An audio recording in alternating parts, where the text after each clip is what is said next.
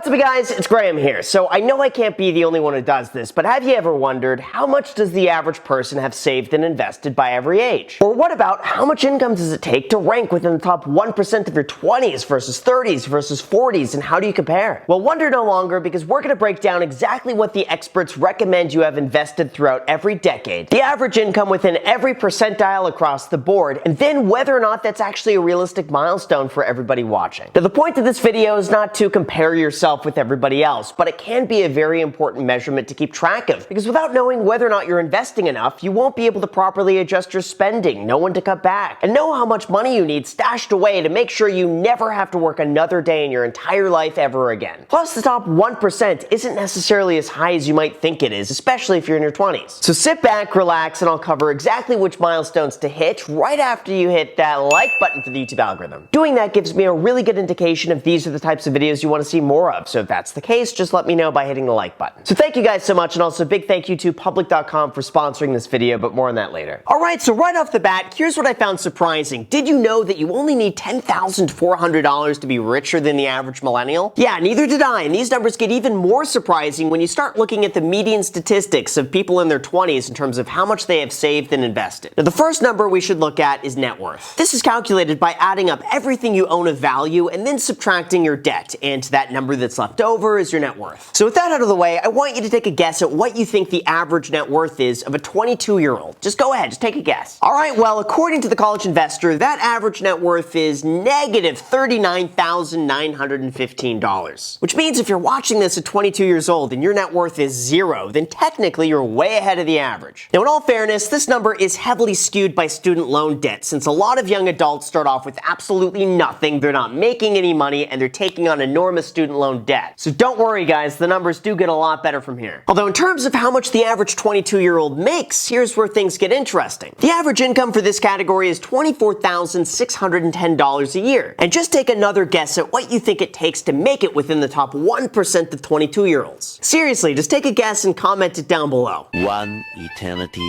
later. Alright, well, that number is $132,000. Don't get me wrong, it's a lot of money, but it's still a lot less than what it would take to be within the top 1% of all US earners, which is $737,000 a year. But lastly, as far as how much this age bracket has invested, unfortunately, there is not a breakdown that exists by age throughout this category. Although it does appear that by the age of 24, the average 401k balance is $4,745, and by the age of 29, that number grows to $9,404. Now, since there's a very limited and skewed data set of people in their 20s, here are my own recommendations that I think would apply to nearly anybody watching, regardless of how much you currently make or save. Number one, the first thing you should go and do is open up a credit card. The point of this is to begin building your credit score, since 50% of your score is comprised from your on-time payment history and how long you've had your credit open for. It's really as easy as signing up for a no annual fee secured credit card like Discover It, putting a few small expenses in the card every single month, and then paying it off in full. It's that easy. Second, also make sure you go and open up a Roth IRA. Now, I know I say this in every single video, but it's true, and I'm not going to stop talking about it until everybody eligible actually goes and gets one. This is going to allow you to invest $6,000 a year into an account that will eventually be completely tax-free at the age of 59 and a half. Now, third, in addition to that, I would recommend you start saving 20% of your income. Now, usually I would set a more strict measurement here, like save 2 to 3 times worth of your expenses. But honestly, I think setting yourself up with good financial habits as soon as possible is way more important. And if you could start saving 20% of your income now, it's going to be so much easier to carry that forward in the future. And fourth, you should get yourself invested in the markets in some way or another. Plus, by doing this, it's going to give you the experience of investing on a small scale. You could see what it's like, and then you could learn how to grow your wealth for the future. And best of all, when today's sponsor, public.com, heard that I was making this video, they wanted to be a part of it and help you on your investing journey. If you're not familiar with them, they're one of my all-time favorite investment platforms, because not only do they not sell your data and route your order flow to high-frequency hedge funds like some other investment apps do, but they also incorporate an optional social aspect into the entire experience, where you can make a profile, talk with other like-minded investors, or you could follow me on there because I post some of my own stock picks and thoughts about what's going on with the market. They have an amazing interface that's incredibly easy to use, it's easy to navigate, and they allow fractional investing, meaning you could invest in your favorite companies for as little as $1 without having to buy the entire stock all at once. Plus, you could easily set it up so that they'll automatically reinvest the dividends for you, allowing your investment to continue to compound and grow over time without any additional work on your end. Not to mention, Public wants to invest in you and give you a completely randomized free slice of stock worth anywhere anywhere from $3 to $1,000 when you use the link down below in the description with the code GRAHAM. So thank you guys so much. Enjoy that free stock. And then lastly, finally, I want to say this. Now is the time where you should realistically start thinking about how much money you need in retirement. Now, I know this is not what most people in their 20s want to think about, but trust me, as you're about to see, the sooner you start, the easier it's going to be. For example, if you want your money to generate enough to let you earn $50,000 a year without ever having to work another job in your entire life ever again, you're going to need $1,250,000 invested. If you start at the age of 20, you could do that entirely within a Roth IRA by just investing $416 a month. That means if you ignore the rest of the video, but you just do that one thing, you've essentially been able to retire regardless of how much other money you save or invest. So really, overall in your 20s, there aren't that many goals or milestones to hit. But it is important to set good financial habits that you could build from, which eventually lead us to this: how much you need invested by 30 years old. Let's start off with the average net worth, and I have a feeling it's probably going to be a lot lower than what you would expect. According to the College Investor, the average 30-year-old has a net worth of negative $1,043. And by the age of 35, the Wall Street Journal reports the average net worth is $10,400. This is most likely due in part to student loan debt, making this number seem artificially lower than it should be. And I have a feeling most 20-somethings have not earned enough income to begin paying that down or really building their wealth to a significant degree. Now, in terms of how much the average 30-year-old is making, that amount was recently found to be $49,813 a year. And if you want to make it to the top 1% of all 30-year-old earners, well, that's going to take you $210,000 annually. Then just for fun, if you want to know what it takes to be within the top 0.1% of all 30-year-olds, that's going to take $570,000 a year. As far as how much they have invested, one article shows that the average 30-year-old has approximately $45,000 saved, while Investopedia says that the average number is more like $38,400 within a 401k for those between the ages of 30 and 39. So even though some of these numbers are all over the place, the average rule of thumb is just this: by the age of 30, almost everybody recommends that you have the equivalent of 1 year of your salary saved and invested. Now, to me, this just seems a little bit too simplistic, since most likely you're just settling in your career, paying down debt, and increasing your income. But overall, I think if you follow these few main milestones in your 30s, you'll be totally okay. First, you should aim to have a credit score of at least 750. This is going to put you in the best position to get a low interest rate mortgage or otherwise be the ideal borrower for anything you need. The second, you should also aim to be completely bad debt free by the time you're 30. This means you paid off all of your debt or loans above a 5% interest rate, you don't have any credit card debt outstanding, and besides the possibility of a low interest rate mortgage or student loan debt, you don't have anything else weighing you down. The third, you keep a 3 to 6 month emergency fund at all times. Doing this is as simple as calculating how much money you need to survive every single month, whether that be food, rent, car payments, Pokemon cards, you name it, and then saving up 3 to 6 months worth of those expenses just in case you need it. This is meant to be your safety net in the event something happens, you have nothing else to fall back on. Now, fourth, I agree that having the equivalent of your salary saved up is a good base to aim for. Now, obviously, this will depend on quite a few factors, including your income, your student loan debt, and how quickly you're able to land a job. But under the right conditions, it's definitely possible to have a year's worth of salary saved up by 30. But seriously, don't worry if you're 30 and aren't anywhere near close to this. There's too many variables here to make a one-size-fits-all approach, so as long as you follow every other milestone day to day, you'll be totally fine. Now, since we're going with this whole earn $50,000 a year without working goal, if you're just now getting started at 30 and you want to have that same goal of $1,250,000 by the time you're 60, you could still do it, but you will have to save $895 a month to catch up. Again, if you're earning the average income of $49,000 a year, that's the equivalent to you saving 25% of your income after tax. So it's absolutely doable, but it's going to take some work. And now in your 40s, here's where things really begin taking off. This is where most people begin to hit their peak earning years, and all of that hard work you put in throughout the last 20 years begins paying off. Now, in terms of the average 40-year-old net worth, that's now grown to a median $80,000 according to the Financial Samurai blog. But since some people end up making so much money throughout their 40s, that tends to skew the numbers to some pretty high amounts. And that's why Bankrate found that the average net worth could be as high as $457,000. But in terms of how much the average 40-year-old makes, that amount is $70,361. And if you want to reach the top 1% of all 40-year-olds, that amount would be a lovely $363,000, while the top 1% of net worth for 40-year-olds is $1.5 million. Of course, if you want to take it even further and be within the top 0.1% of all earners at 40 years old, that's going to take $1.1 million a year. Now, I also found that interesting, but if you want to turn it up even more and get to the top 0.001% 0.01% of all earners, that amount is going to be $7.5 million a year. Anyway, coming back down to earth, the average 40-year-old has $63,000 saved up, and Investopedia tracks the average 401k balance at $93,400. And generally, alongside that, most experts and guidelines suggest that you have 3 times your annual salary saved and invested by the age of 40. In order to do this, assuming that requires you to have 3 times the annual $70,000 salary invested, you would need to invest anywhere from 15 to 25% of your income beginning at the age of 25, and that would leave you with just over $217,000 at a 7.5% return. So it's absolutely possible, but it will require some consistency to actually stick with it. Beyond that though, here's a few other recommendations that I'd like to throw into the mix to make sure these are all milestones that everyone can work towards. First, you should focus on maxing out your retirement accounts every single year. This would include your Roth IRA at up to $6,000 a year, a 401k up to $19,500 a year, or an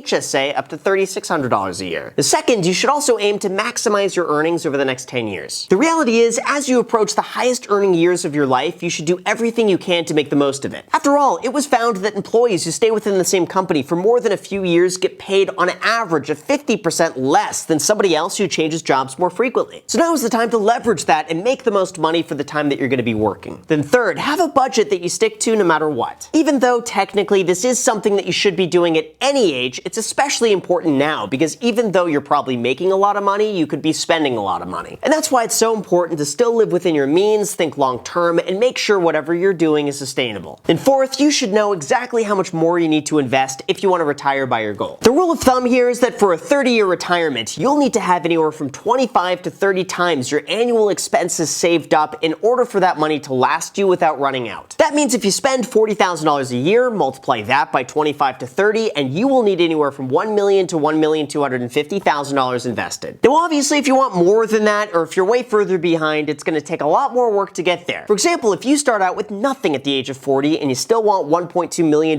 by the time you're 60, you'll need to invest an average of $2,000 a month to catch up. Point being, these are all calculations that you should really try to figure out as soon as possible, because the sooner you start thinking about this, the easier it's going to be and the better you can plan ahead. But now we should talk about how things begin stacking up by the time you're 50. The median net worth for someone at this age is $212,000, while the average net worth is much higher at $1,175,000, again boosted up by all of those pesky billionaires who skew these statistics way too much. And if you want to be within the top 1% of people who are 50, well, that is going to cost you $9.7 million. Now what I found interesting is that the income in your 50s doesn't really increase that much from your 40s. In fact, the average income here is around the same $77,000 a year, while the top 1% earn around $455,000 a year. Then the top 0.1% also earn about the same $1.1 million annually, so it's not a huge change from that of your 40s. Now at this point, most standard guides say that you should have about 5 times your annual salary saved up by 50. So if you're making the average $70,000 a year, you should have $350,000 saved and invested. But if you still have the same goal of reaching $1.2 million